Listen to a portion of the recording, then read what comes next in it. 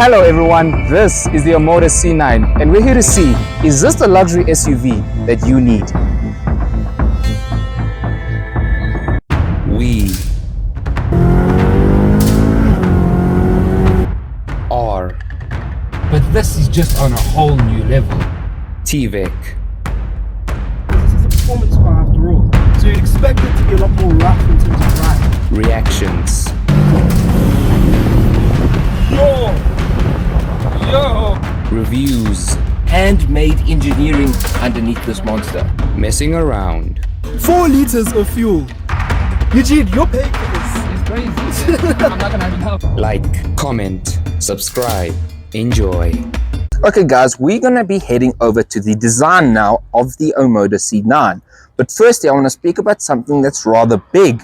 Now, some of you might know what I'm talking about. And yes, it is the key. The key is absolutely massive, and that comes with a lot of benefits. Now, on the key, because of how big it is, you not only have your unlock, lock, and boot button, but you even have an engine start from the exterior of the car. So while you're standing outside there, you can start the engine of the car to warm up.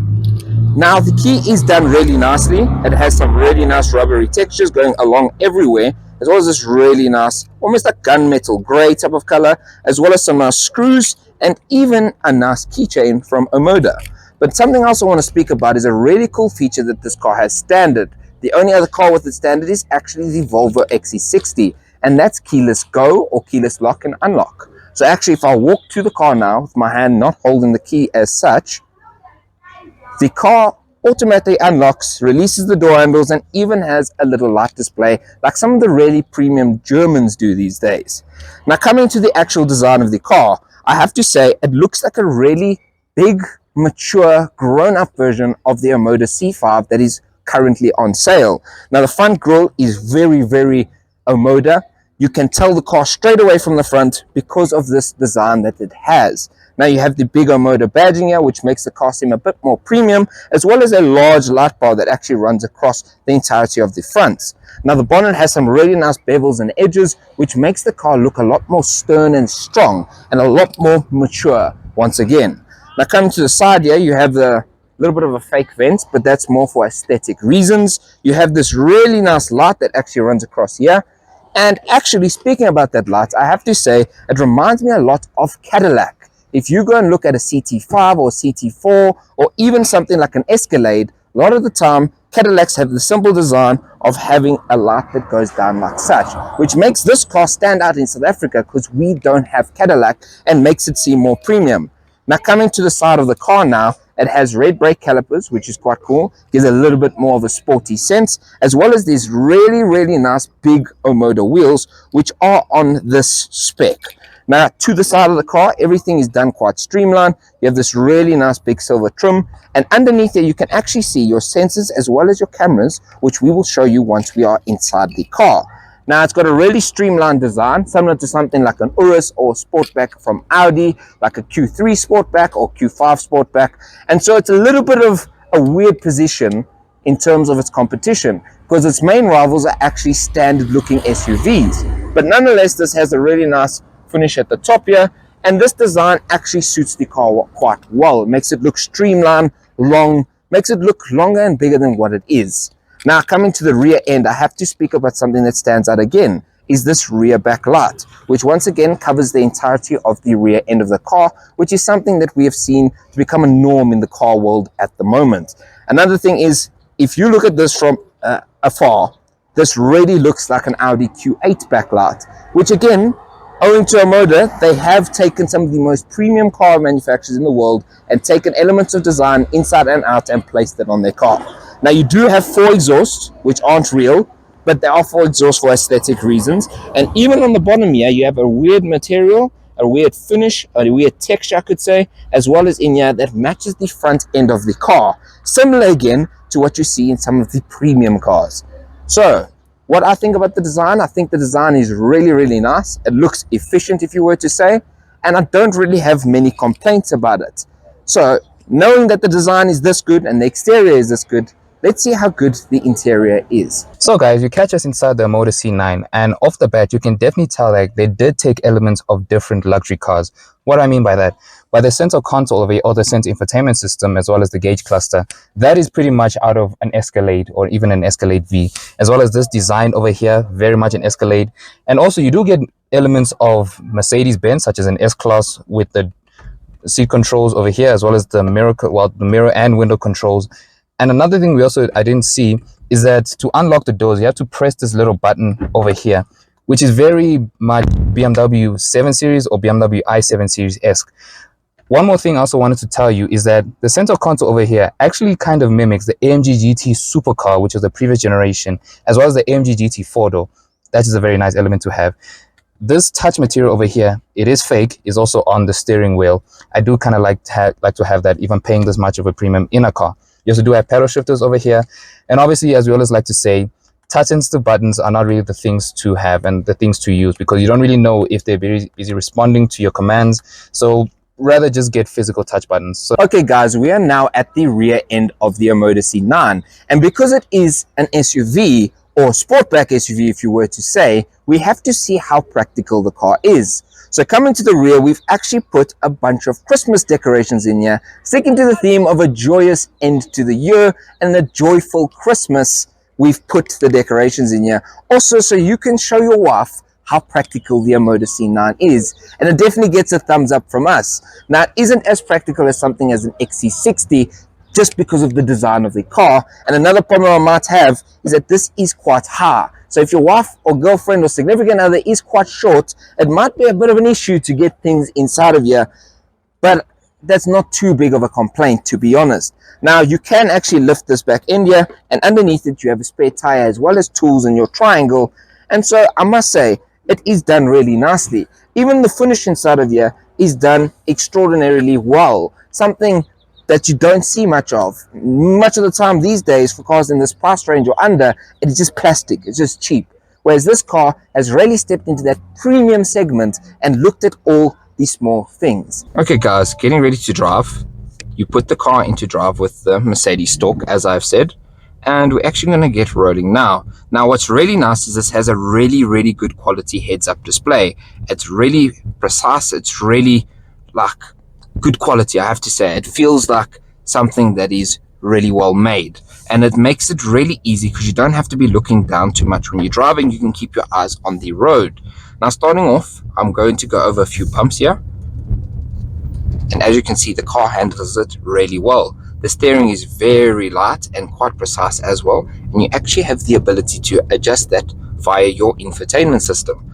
Now we are testing it out just to see how comfortable the car is, because Omoda has made this into a very premium feeling car. So there are some more bumps, as you can see, and it handles it very well. I'm very impressed with the driving of this car. Now we're going to go around this corner, and there's a little bit of a straight here where we're actually going to test a little bit of its straight line performance. Because this is at the top of its segment, almost in power, it is supposedly quite quick, and we yet to find that out. as you can hear that being, it's to show you the cars on the left and also the cars on the right with the cameras and sensors. Now I will say that the gearbox is quite slow. There's a warning as this car was slightly facing out, and the car picks up on all of these things quite well. Now they can be quite annoying because they are quite loud, but I guess rather safe than sorry, if you were to say.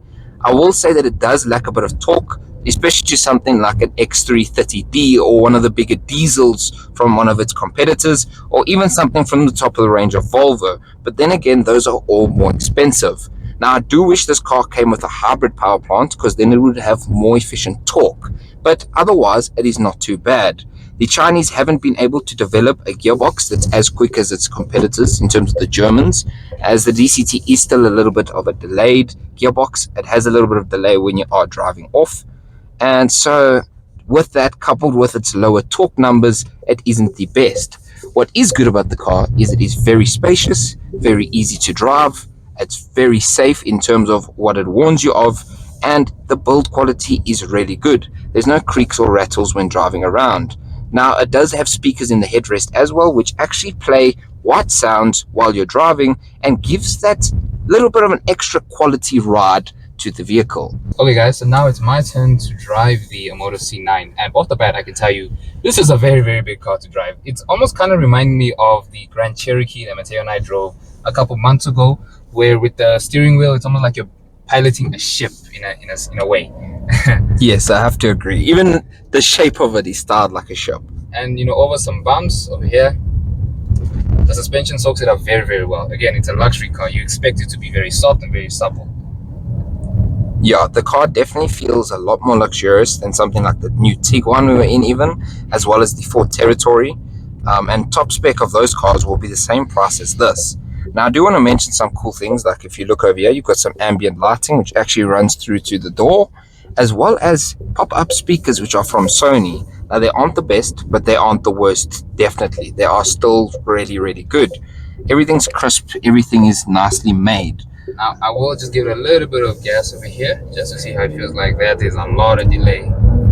It almost feels like this has a little bit of an advanced DCT, not DCT, sorry, an advanced CVT type of gearbox, where from second gear onwards, it actually runs really well, but that first initial pull is a little bit slow before it starts to accelerate. Yeah, I can definitely feel that. Even though there was a car right here and it wasn't moving really fast, I just wanted to accelerate a tiny bit and there's already like a 5-second delay.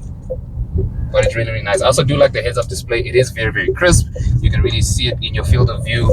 Although I still do prefer the Volvo XC60. That one was by far one of the best heads-up displays I think I've seen on an economy car. Okay guys, starting from the back now, I actually want to mention a few things before I hand it over to Letu in the front. You've got this really nice decoration for this back speaker, as well as seat adjustments for the back seats, almost like in a Mercedes. Now, this is all finished really nicely. You obviously have your door handle button there, as well as a lever there, and all of this is soft touch and leather. You've got really nice stitching, your ambient lighting, and this is what the rear seats look like. And I have to say, they are super, super comfortable.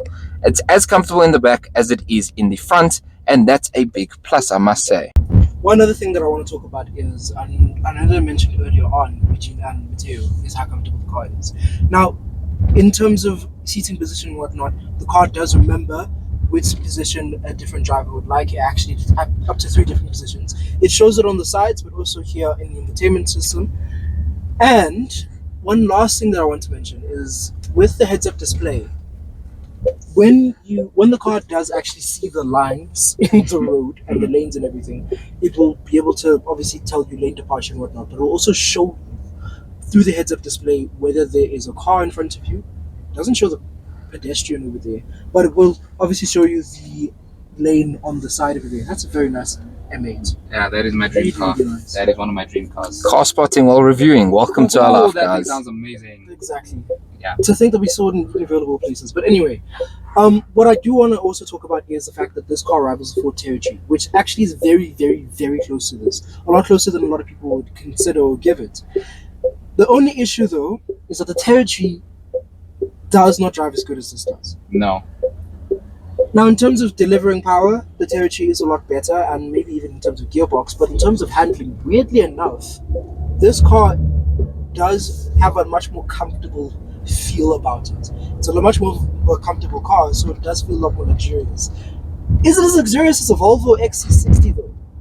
Or even the Mercedes GLC, the BMW X3, all those cars, we'll have to wait and see. But in terms of just features alone, it's up there with the Volvos. It's up there with the Mercs. It's up there with the Audis. We've talked about the boot and we've talked about the driving experience right now. And the thing that impacts the driving experience the most is obviously the engine.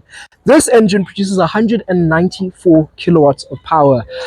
That is quite high for its class. So the thing that's very low for its class, and the reason why we kept saying it felt laggy, is the 400 newton meters of torque. And yes, this isn't a sports car, I know, but when you make the kind of money that you do to be able to afford a car like this, you have to get places very quickly.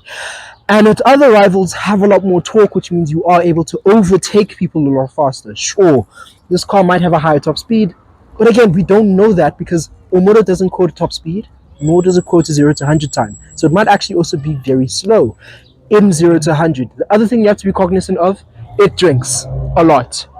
If you think it doesn't drink a lot, I want you to think about your uni days. Think about those days where you'd be drinking at 5 p.m. on a Friday. This car drinks more than that. A lot more than that. It's got very bad fuel economy. It's about 14 liters to the 100, which means your total range is about 785 kilometers. It's not that very good. You might want to go to a Volvo, you might want to go to Mazda and get those hybrid engines there. So now that we're at the end of this wonderful review, what do we think about the C9? Overall, as a package, you are really getting a lot of things as standard, as such as the heads-up display and all of the interesting features that we've shown you already. So if you enjoyed this video, make sure you like, comment, and subscribe, as well as also click the links down below to check out this vehicle for sale at Chery Edenville, where they have amazing cars for sale. Thank you again to them. And so we'll see you for the next time. Hope you enjoyed. Bye-bye.